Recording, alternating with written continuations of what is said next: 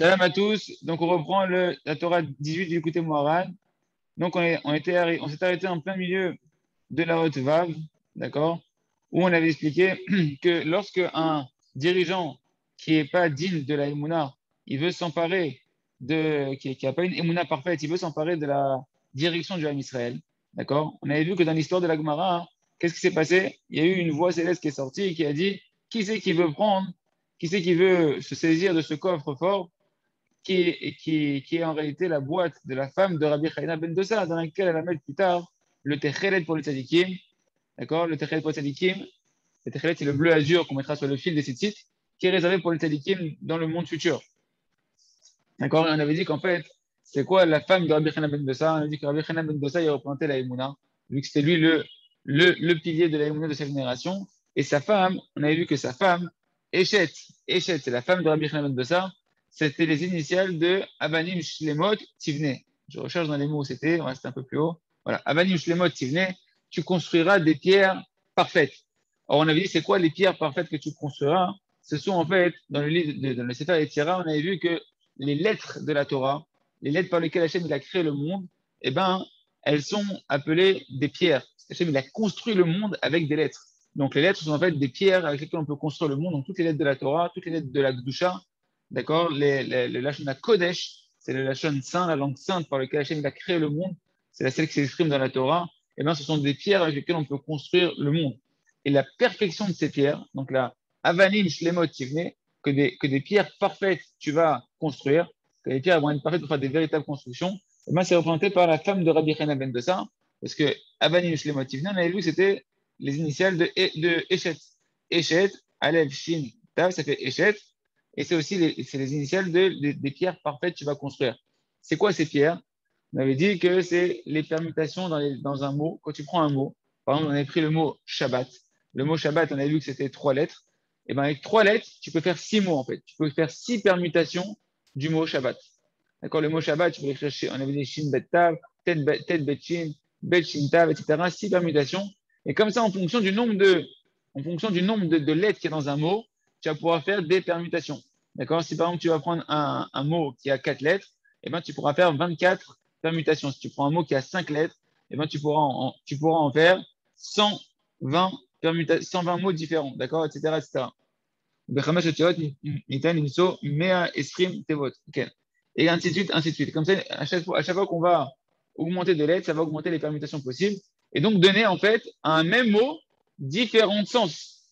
On est d'accord que si un mot, je tourne les lettres, ça donne un autre mot. Donc dans un mot, en potentiel, tu as plusieurs significations qui sont cachées et cryptées dans des lettres qui vont combiner un mot.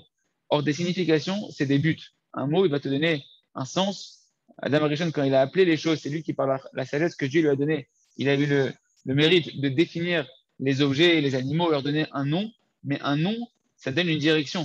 Quand tu dis qu'il est docteur, ça définit un but. Qu'est-ce qu'il représente cette personne-là? Quand tu dis qu'il est médecin, tu dis qu'il est policier, tu dis que c'est un mari, tu dis que c'est une femme, tu définis les choses par le nom, tu vas avoir une définition et un but qui est renfermé dans l'objet ou la personne ou la chose que tu décris par un nom, ça renferme le but qui est caché en elle.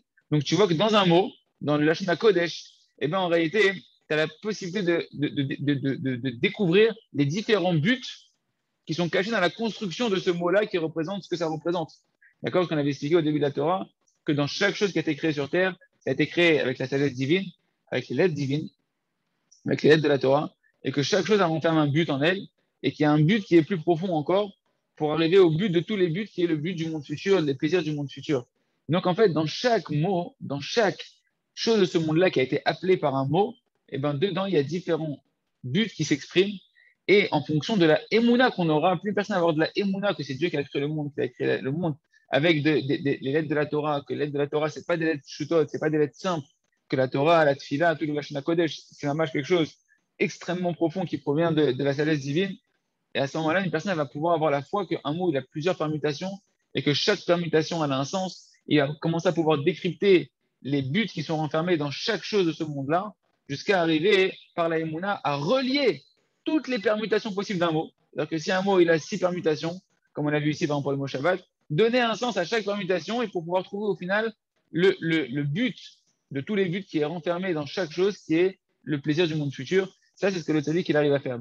Rabbi Shimon Bar Yochai, sur le mot Bereshit, il a fait les 70 permutations du mot Bereshit, des lettres du mot Bereshit, et il a donné des tikkunei à Zohar qui sont à chaque fois une explication différente d'une permutation des combinaisons de lettres du mot Bereshit qu'on peut le tourner dans différentes lettres. Et à chaque fois, il en a fait tout un sefer extraordinaire des secrets de la Torah qui sont le tikkunei à Zohar. Mais tous ces buts-là sont renfermés dans un mot, donc ils sont rejoints dans un seul but.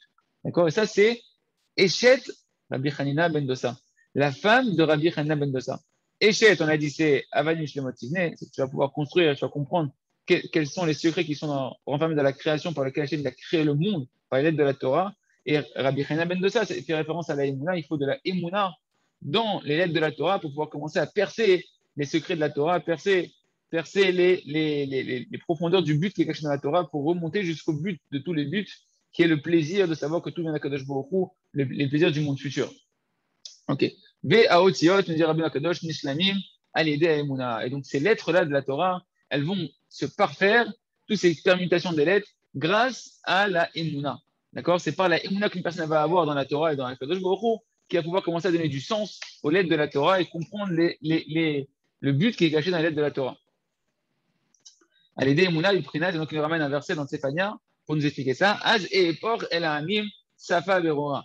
Et à ce moment-là, il dit le prophète que Akadosh Baruch Hu, à la fin des temps, il va transformer, il va retourner tous les peuples en une seule langue. Tout le monde parlera la même langue, c'est-à-dire qu'on sera tous au même diapason, on aura tous le même message, on aura tous la même recherche, on parlera tous de la même chose, c'est-à-dire on parlera tous de chercher Hachem, de remercier Hachem, de louer Hachem, de comprendre les secrets de la création, combien en réalité tout vient d'Akadosh Baruch Hu, tout vient de l'amour d'Hachem. Ça, c'est ce qui se passera à la fin des temps, que même les nations, elles vont parler de la même chose que nous et on parlera tous de la même chose. Et nous, à l'aider, Emouna, Shoprenat, Likro, Kulam, Beshem, Hachem. Parce que là, le verset n'est pas en entier. La suite du verset, c'est que tout le monde appellera au nom d'Hachem. Donc, toutes les nations entières, elles auront une seule langue qui sera une langue qui sera claire à l'unisson, et tout le monde appellera le nom d'Hachem. D'accord? Donc, le fait d'appeler le nom d'Hachem, allez, désé, pense à faire Veroua, par le fait qu'on va tous appeler le nom d'Hachem. Le nom d'Hachem, ça représente la Emouna. D'accord? On va tous appeler le nom d'Hachem, on va tous être dans la Emouna. Grâce à ça, et force à faire Veroua, je vais retourner et renverser toutes les nations en une langue unique, une langue qui va être claire, que tout le monde va parler de la même chose. Bechinat, Shlimut Adibour, ça veut dire que si la langue elle va devenir claire, c'est que la parole, elle se parfait, et donc les lettres qui sont renfermées dans la parole, les lettres saintes, eh ben, on va pouvoir commencer à leur donner du sens. Donc l'arabe nous explique, l'arabe Arouche, lorsque tout le monde aura la Emouna et que tout le monde va appeler Hachem, alors tout le monde aura une seule langue.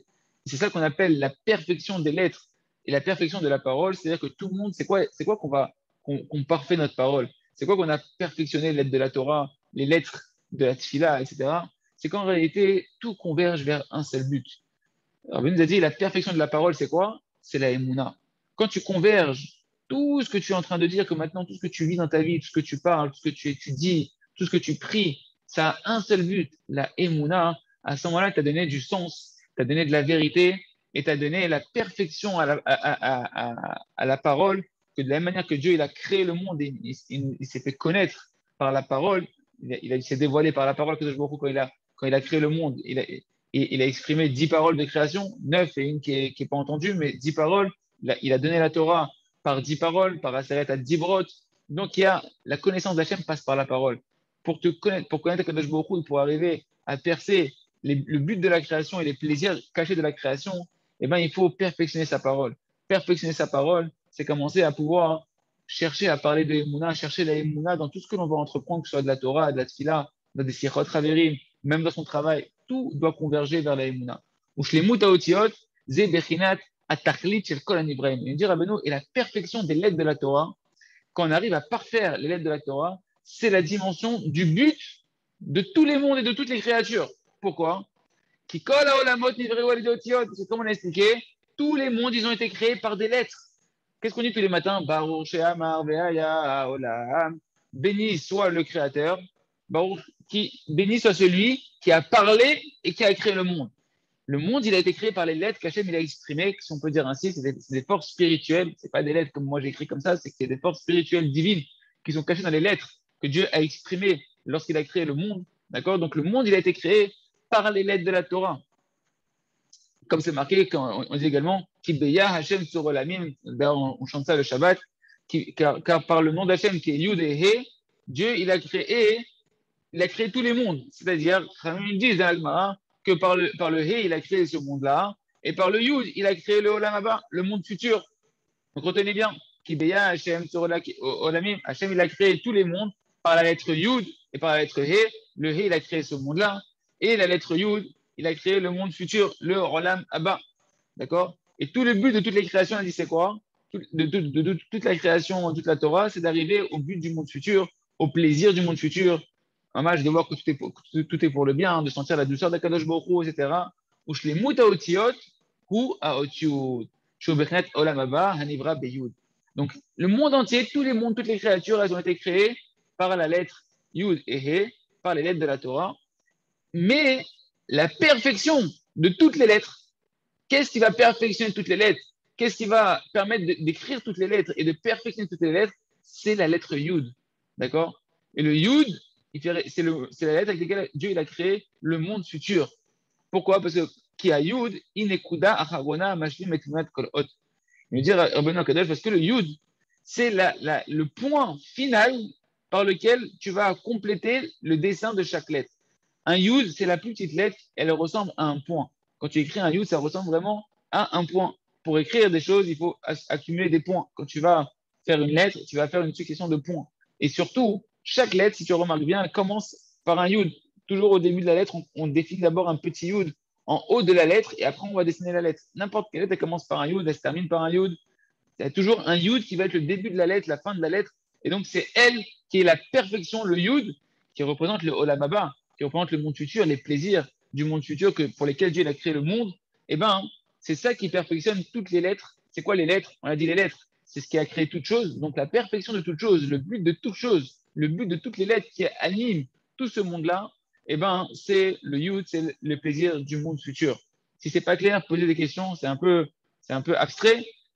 J'espère que c'est clair. Si c'est pas clair, vous pouvez poser des questions. D'accord?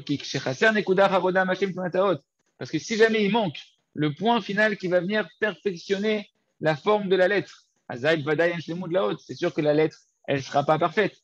Et elle n'a pas une forme correcte. D'accord? Par exemple, si jamais maintenant, donc là, on dit Pérouge, Kalotiot, Binod, Mitsorpe, Nikodot, Shem, Kumarbe, ça, on a expliqué. Maintenant, si tu prends la lettre Dalet, alors tu prends la lettre Dalet, ici, il y a un Dalet ici, tu prends la lettre Dalet, si tu ne mets pas le petit Yud à la fin, le petit point au final, à la fin du Dalet, eh ben, la lettre Dalet, elle est imparfaite et ça va devenir un Resh. Ça va devenir un Resh et ce ne sera plus un Dalet, etc. Si tu prends un Bet et que tu ne mets pas le petit point en bas, là, ici, là, du Bet, ça va devenir un Kaf. Et le petit point, c'est un Yud. Mais Kitsour, en réalité, le Yud, c'est lui qui va terminer les lettres, perfectionner les lettres, donner l'apparence exacte à la lettre et donc la fonction exacte à la lettre et donc le but de chaque lettre qu'elle renferme en elle. Or, le Yud, c'est la lettre par laquelle le monde futur a été créé. Tous les mondes ont été créés par les lettres de la Torah et la perfection de tout ce qui a été créé, de toutes les lettres de la Torah et de tous les mondes et le but de toutes les choses, c'est le Yud, ça qui parfait tout, c'est le plaisir du monde futur, c'est la Yedia, la connaissance que tout vient d'Hachem, que tout est pour le bien, que Dieu n'est que miséricorde et l'extase qu'il y a de connaître Hachem, de s'attacher à Kadosh Baruch Hu. Veotiot, en bemalchut ou manigut, anal, beprinat malchut pe. Or, les lettres, elles sont attachées à la royauté et à la direction, hein, aux dirigeants. Pourquoi? Beprinat malchut pe, comme on sait que c'est marqué que malchut pe karinanla. On a dit que c'est marqué que la royauté, elle est appelée la bouche. On l'appelle la bouche. Pourquoi on appelle la royauté la bouche? Parce que quelqu'un qui veut diriger, quelqu'un qui veut dominer, quelqu'un, même dans ta maison, quand tu vas te donner une direction, c'est par ta parole. Quand tu vas parler à tes employés, c'est par ta parole. Quand un roi il va donner des ordres, c'est par sa parole. C'est par la parole qu'on dirige. Quelqu'un qui n'a pas de parole, il peut pas, il est difficilement compréhensible et il pourra difficilement diriger les choses. Donc la royauté se définit par le pouvoir de la parole, le pouvoir, comme on dit, le pouvoir exécutif, le pouvoir de la parole. D'accord? Donc les lettres, donc les lettres par lesquelles on va pouvoir parler, elles sont dans la dimension de la royauté et de pouvoir diriger. Qui parce que l'essentiel du fait de pouvoir diriger les créatures ou toutes choses, c'est par la parole. D'ailleurs, Dieu, il a créé le monde par la parole, il ordonne les choses par la parole. Il y a pas, comme on dit, on ne peut pas lever le petit doigt en bas s'il n'y a pas une voix céleste en haut qui est sortie, qui a décrété qu'on puisse le faire la chose. Donc il y a un décret divin qui sort, il y a une parole divine qui sort, qui décrète les choses. Et pareil, nous, à notre niveau, à nous, humains, c'est par la parole qu'on décrète et qu'on dirige. Donc la royauté est liée à la parole. La parole, elle renferme les lettres.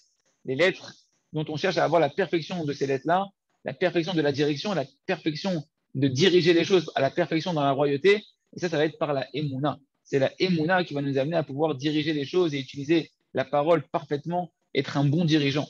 Qui est Kara Anaga et Dadibour, parce que l'essentiel de la direction des choses se fait par la parole. Qui Iemshar la Nigul Savot et la Dadibour, parce que tu ne peux ordonner et diriger les créatures et les choses que par la parole. Nimsa l'idée Ashlimut Otiot, Emouna Sheba Malchut, Alideze, Atelikim, Yodim, Atatachlit, Shalom Abba.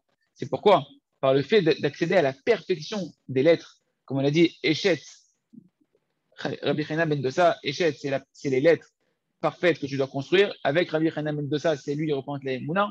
Donc, la perfection plus tu vas travailler ta Emouna, plus tu vas accéder à la perfection des lettres, plus tu vas pouvoir être dans la dimension des tzadikim, d'accord, qui eux, ils ont dans leur royauté, ils ont affermi la Emouna qui doit habiter la royauté et le fait de diriger. Et grâce à ça, elle est désirée à tzadikim, le dit, mais t'as là-bas. Grâce à ça, les tzadikim, ils peuvent accéder au but, ils peuvent connaître le but du monde futur. Pourquoi? Parce qu'on a dit que chaque lettre, elle, pour être parfaite, il lui faut un yud. Et le yud, c'est la dimension du monde futur. Or, les tzadikim, qui eux, ils ont parfait la parole, ils ont parfaitement la qualité de la parole par le fait qu'ils sont complètement dans la Emouna. Et bien à ce moment-là, cette dimension de la Emouna, elle est dans la même dimension que la lettre yud qui parfait toutes les lettres. Et donc, ils ont accès à cette perfection et au but de toute chose qui est la connaissance du monde futur, les plaisirs du monde futur qui sont représentés par la lettre Yud et qui sont représentés par la Emouna qu'une personne va avoir. Et donc le tzaddik, qui lui, il a la Emouna totale, il a accès à cette dimension qui va se dévoiler dans le monde futur de la connaissance d'Hachem. Parce que les tzaddikim, eux qui dirigent le monde dans la dimension de tzaddik Moshel, le tzaddik qui dirige,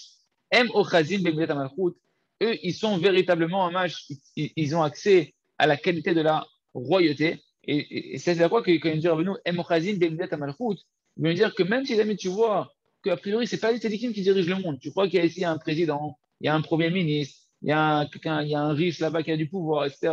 Et bien malgré tout, c'est les tzadikim, même si c'est de manière cachée, même de manière, tu ne le vois pas, tu ne te rends pas compte, mais c'est eux qui vont dominer toute la génération. Et donc la notion de la royauté, elle reste toujours enfermée, même si c'est de manière dévoilée ou de manière cachée, chez les tzadikim qui sont derrière, cachés derrière les dirigeants extérieurs, superficiels de ce monde-là. Il y a un dirigeant caché qui est le Manigador, le dirigeant de la génération, celui qui a la Emouna Shlema, qui a une foi totale et qui, lui, a accès au but de la création qui sont les plaisirs du monde futur. Et du fait maintenant que les tzadikim, ils sont associés et ils sont mamash, ils tiennent la qualité de la royauté, eh ben, ils peuvent avoir accès aux lettres qui sont contenues dans la royauté. On dit que la royauté, elle n'existe que par la parole. La parole, c'est les lettres. Donc, eux, vu qu'ils ont la royauté, ils ont accès à la perfection de la parole. Donc, ils ont accès à la perfection des lettres qui sont dedans. Or, la perfection des lettres, on a dit que c'est la lettre Yud, qui permet de parfaire toutes les lettres. Donc, ils ont accès au Yud, qui le Yud représente le Olam Haba. Donc, ils ont accès à la connaissance du Olam Haba, à la connaissance du monde futur. C'est pour ça qu'on doit chercher Tzadikim pour pouvoir accéder au plaisir du monde futur, au but de la création, de comprendre pourquoi je suis là, donner du sens à sa vie. C'est chez les tzadikim qu'on le trouve et le plaisir caché du but de la création est chez les tzadikim. Donc, du fait qu'ils ont accès à la royauté, ils ont accès aux lettres qui sont contenues dedans. Et par le fait qu'ils ont accès à la perfection des lettres saintes, eh ben, ils vont avoir accès au but qui est renfermé dans la création, puisque Dieu a créé le monde par les lettres. Donc dans chaque chose, quand il a créé beaucoup les choses par des lettres, il y avait un but. Donc, les lettres, elles contiennent un but qui sont à l'intérieur d'elles. Chez Shlemut Haotiot, ce but qui est dans les lettres, c'est la perfection des lettres. Chez Bechinat Yud, cette dimension, c'est la dimension du Yud qui, elle, permet de parfaire chaque lettre, de donner la fin de la forme de chaque lettre. Bechinat Olam Haba, on a dit que le monde futur a été créé par la lettre Yud. Donc, c'est-à-dire que les tzadikim, ils ont accès au monde futur. Ils ont accès dans ce monde-là à la connaissance du monde futur, c'est-à-dire à la connaissance que tout est pour le bien et tous les secrets de la création. Et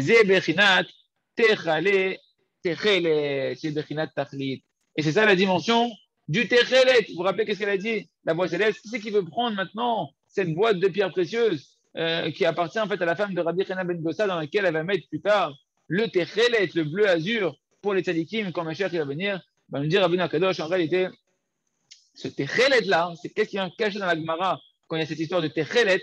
Le mot Techelet, chez Bechinat Tachlit, comme on avait légèrement abordé le sujet hier, et bien Techelet, c'est les mêmes lettres que Tachlit. Tachlit, c'est le but.